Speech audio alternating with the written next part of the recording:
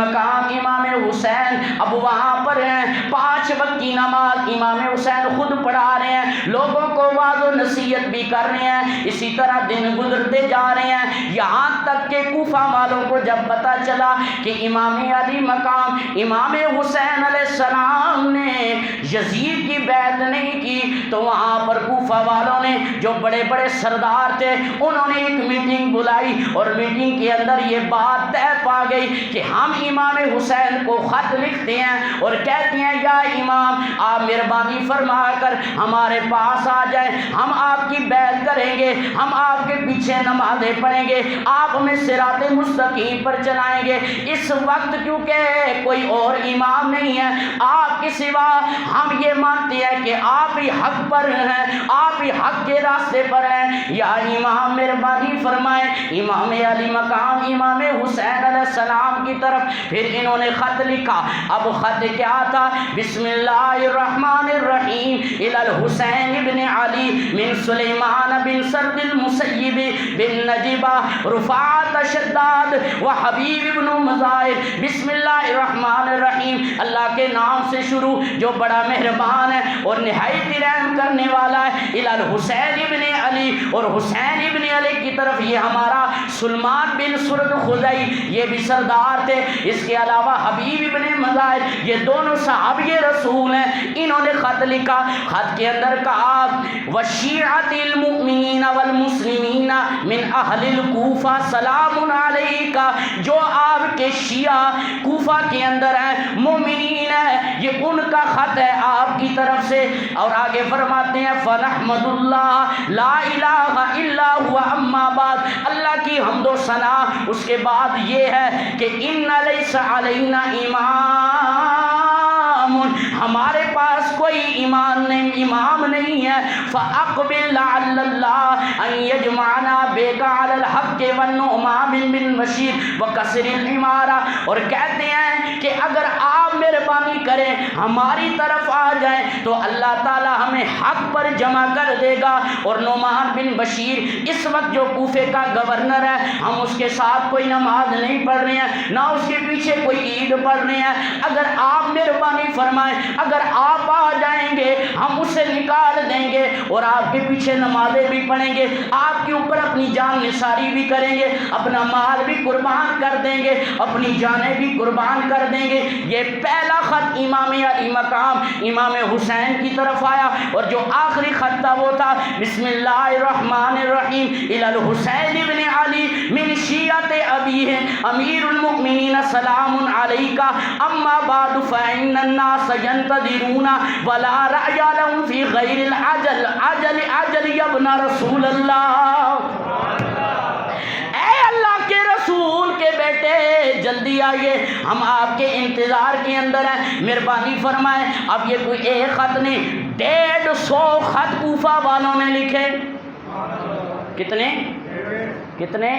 ان چیزوں کو آپ نے یاد بھی کرنا ہے، صرف سننا نہیں ہے، یاد بھی ان چیزوں کو آپ نے سننا۔ 150 خط لکھے۔ 150 خط لکھنے کے بعد اب میرے امام حسین نے قلم اٹھایا کہ اب ان کو جواب دیا جائے۔ میرے امام نے لکھا بسم اللہ الرحمن الرحیم من الحسین ابن علی الی الملأ من المؤمنین والمسلمین، حسین کی طرف سے تمام مومنین اور مسلمین کی طرف، انہ لیس علینا اماما، تم نے یہ بات کہی ہے کہ ہمارا کوئی امام نہیں ہے، ٹھیک ہے میں تمہاری طرف آؤں گا، اس سے پہلے میں اپنے چچا کے بیٹے مسلم بن عقیل کو بھیجوں گا، اگر انہوں نے وہاں کے حالات کو چیک کیا اور دیکھا کہ واقعی لوگ مجھ پر جان لٹانے کے لیے حاضر ہیں، سب کچھ قربان کرنے کے لیے تیار ہیں، تو پھر ٹھیک ہے، پھر میں تمہاری طرف آ جاؤں گا۔ اب امام علی مقام امام حسین نے اپنے چچا زاد مسلم بن عقیل کو بلایا، فرمایا او میرے چچا کے بیٹے یہ بتا تیری کیا رائے ہے، میں چاہتا ہوں کہ تجھے کوفہ کی طرف بھیجوں۔ اللہ اکبر۔ حضرت مسلم بن عقیل نے فرمایا آقا میں تو آپ کا غلام ہوں، آپ جو اشارہ کریں گے میں اس حکم کی تعمیل کروں گا۔ دیکھیے یہ ہوتی ہے جان نثاری، حالانکہ چچا کے بیٹے ہیں لیکن پھر بھی کہا آقا. لفظوں پر غور کیجیے.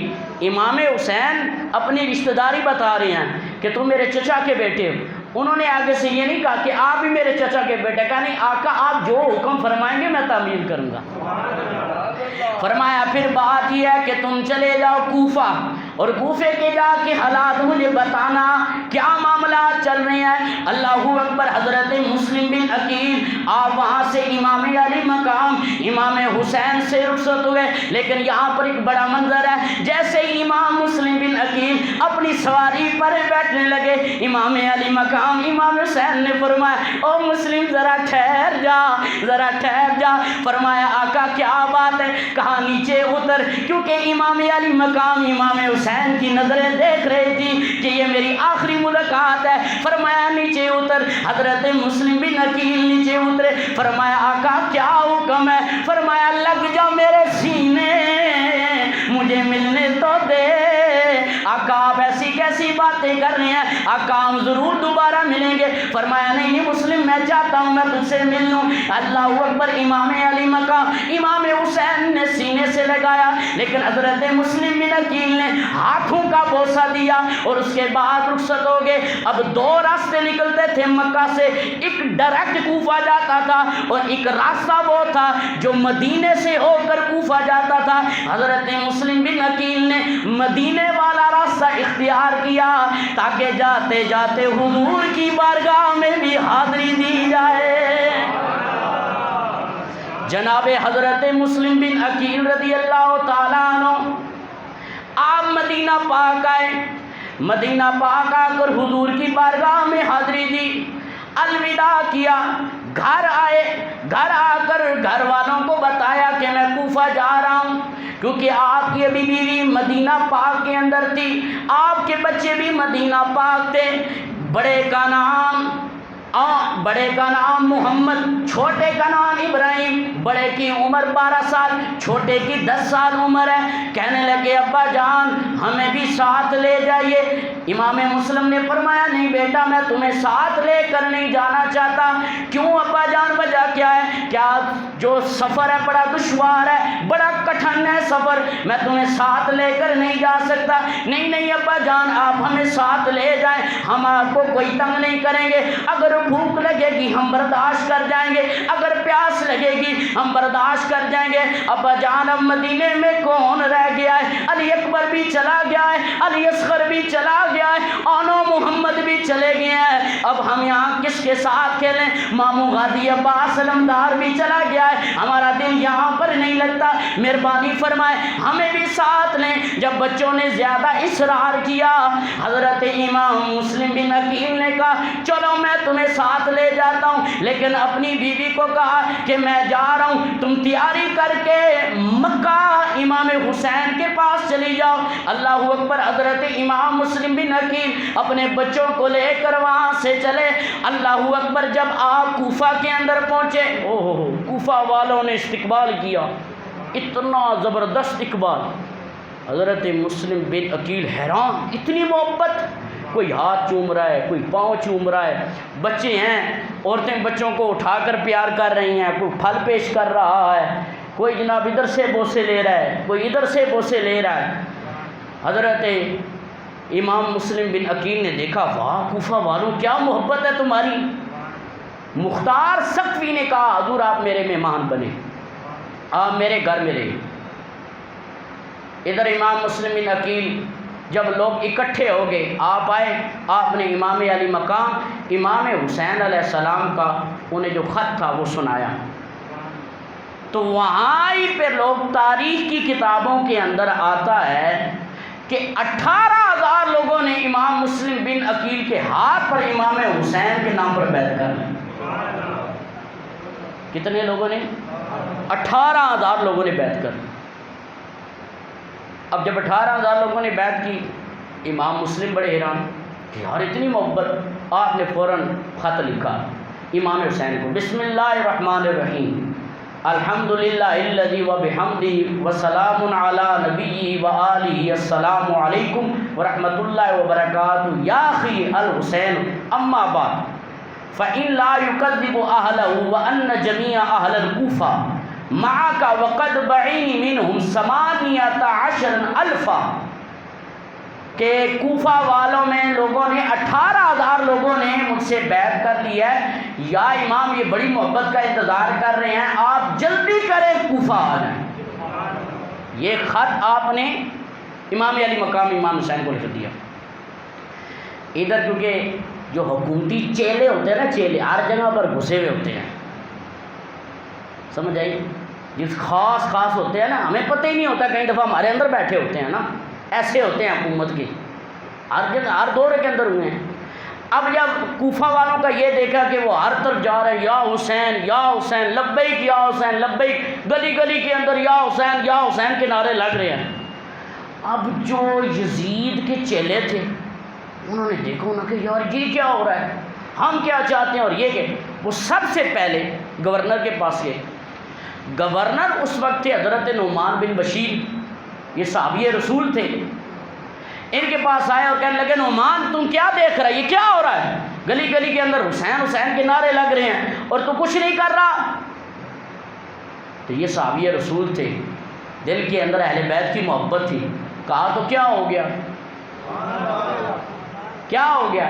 اس سے یہ پتہ چلا کہ یہ چھوٹے عہدوں سے گھبرا جانا کہ کہیں ہمارے پاس عہدے ہمارے سے چلے نہ جائیں اور ہم اہل بیت کا ذکر چھوڑ دیں، نہ اس وقت کوفے کا گورنر نعمان بن بشیر تھا، لیکن آپ نہیں ڈرے۔ فرمایا یہ ایک گورنی تو کیا لاکھوں گورنی ہو، میں ٹھوکر پر مارتا ہوں لیکن حضور کی آل سے دغا بازی نہیں کر سکتا۔ یہ کون ہے؟ صحابی رسول۔ ابھی لوگ صحابہ پر اعتراض کرتے ہیں، ہر دور کے اندر اہل بیت پر اگر جان قربان کی ہے تو حضور کے صحابہ نے کی ہے۔ صحابہ کے آپ غلام بیٹھے کہہ دیں سبحان اللہ۔ نعمان بن بشیر نے کہا میں یہ نہیں کر سکتا۔ اب کیا ہوا؟ انہوں نے یزید کو خط لکھا، فَإِنَّهُ كَتَبَ إِلَى شِيَّةٍ مِّنْ أَهْلِ الْكُوفَةِ يُخْبِرُنِي، جا کر خط لکھا، کس کے؟ یزید کے شیعہ نے۔ شیعہ کہتے ہیں گروہ کہتے ہیں جو جس سے محبت کرتا ہے، شیعہ یزید کے بھی تو شیعہ تھے نا۔ انہوں نے خط لکھا کہ جناب یہاں پر مسلم آ چکا ہے، 18,000 بندے نے بیعت کر لی ہے، ہر طرف حسین کے نعرے لگ رہے ہیں، اگر تم نے کچھ کمزوری دکھائی، نعمان بن بشیر کچھ نہیں کر رہا، تو کوفہ تمہارے ہاتھ سے چلا جائے گا۔ اب جیسے یزید کے پاس یہ خط پہنچا، یزید کا جو سیکٹری تھا، قریبی تھا، اس کا نام سرجون تھا اور یہ عیسائی تھا۔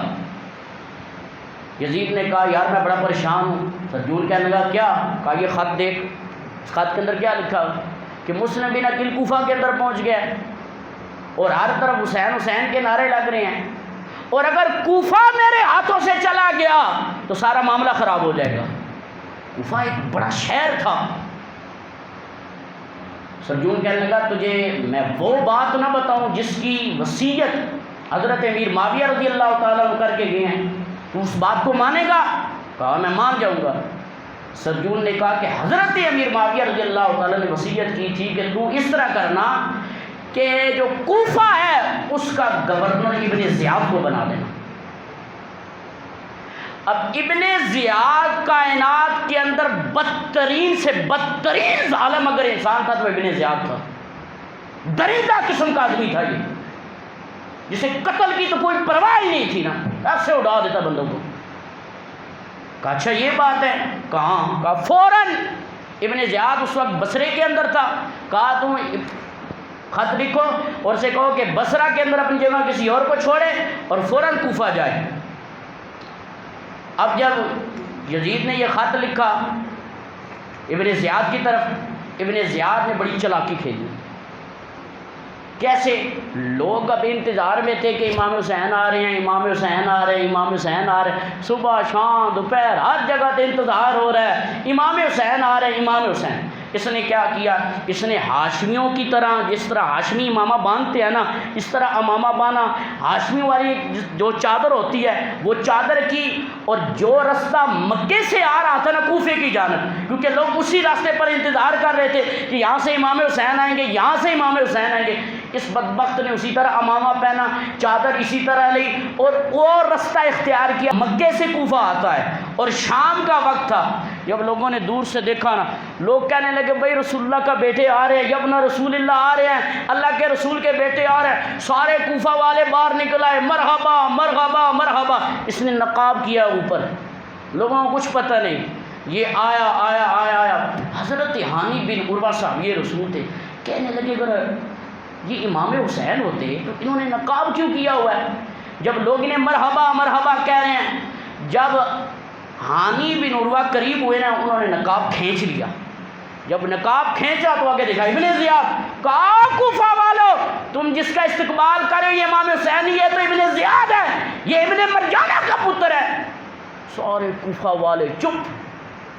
حضرت نعمان بن بشیر دارالعمار نے کہا، ابن زیاد نے کہا نعمان بن بشیر تو نے یہ کیا کیا، اتنی چھوٹ دیا لوگوں کو تو نے؟ حضرت نعمان بن بشیر نے فرمایا جو کچھ ہو سکتا ہے میں نبی کی آل سے دغا بازی نہیں کر سکتا۔ کہا پھر ٹھیک ہے جا، خط دکھایا، یزید نے تجھے معذور کر۔ حضرت نعمان بن بشیر نے کہا شکر ہے الحمدللہ کہ جس نے مجھے اتنے بڑے فتنے سے بچا لیا، کیونکہ صحابی رسول تھے۔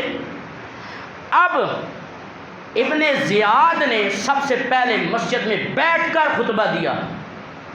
اس خطبے کے اندر یہ کہا، او کوفہ والوں، جس نے آج کے بعد حسین کا نعرہ لگایا، حسین کے بارے میں کوئی بات کی تو اس کا گھر میرے قبضے میں ہوگا، اس کی عورتوں کی ناموس مجھ پر حلال ہوگی، میں جو چاہوں کروں، مجھے کوئی روکنے والا نہیں ہے۔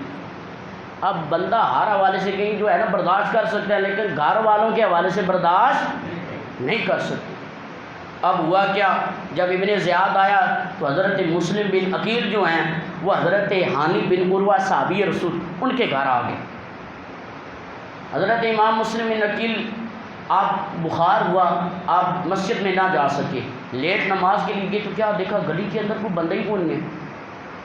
آپ پہلے باہر نکلتے تھے، ادھر سے کوئی بندہ چوم رہا ہے، کوئی ادھر سے بندہ چوم رہا ہے، کوئی اس طرح کر رہا ہے، کوئی حضور میرے گھر آج میرے گھر آ کے آپ کھانا کھائیں۔ آج آپ کیا دیکھتے ہیں کہ سامنے سے میں جب آتا ہوں بندے دیکھتے ہیں، بندے اپنا رستہ ہی بدل لیتے ہیں۔ آپ نے ایک بچے سے پوچھا وہ بیٹا یہ کیا ہو گیا کوفہ والوں کو؟ اس نے کہا جناب آپ کو پتہ نہیں ابن زیاد آ گیا ہے۔ حضرت مسلم بن عقیل نے کہا بھائی عجیب بات ہے، انہوں نے کیسا اپنا چہرہ بدل دیا ہے۔ جناب حضرت مسلم بن عقیل نماز پڑھ کر آپ صحابی رسول حضرت ہانی بن عروہ ان کے گھر آئے۔ اب یہ بھی صحابی رسول ہیں، دیکھو کہاں تک صحابہ نے جانے قربان کی ہیں اہل بیت پر۔ ہمیں درس دیا ہی صحابہ نے ہے کہ حضور کی آل پر اس طرح قربان ہوا جائے۔ جناب حضرت مسلم بن عقیل رضی اللہ تعالیٰ عنہ آپ حضرت ہانی بن عروہ کے گھر کے اندر موجود ہیں۔ اتنے میں ابن زیاد نے اپنا ایک جاسوس چھوڑا اور کہا یہ تجھے 3000 درہم شامی دیتا ہوں اور پتہ کر مسلم بن عقیل کس جگہ پر ہے، مجھے یہ جلدی جلدی بتا۔ اتنے میں اس کا نام ماقل تھا، یہ ابن زیاد کا خاص نوکر تھا۔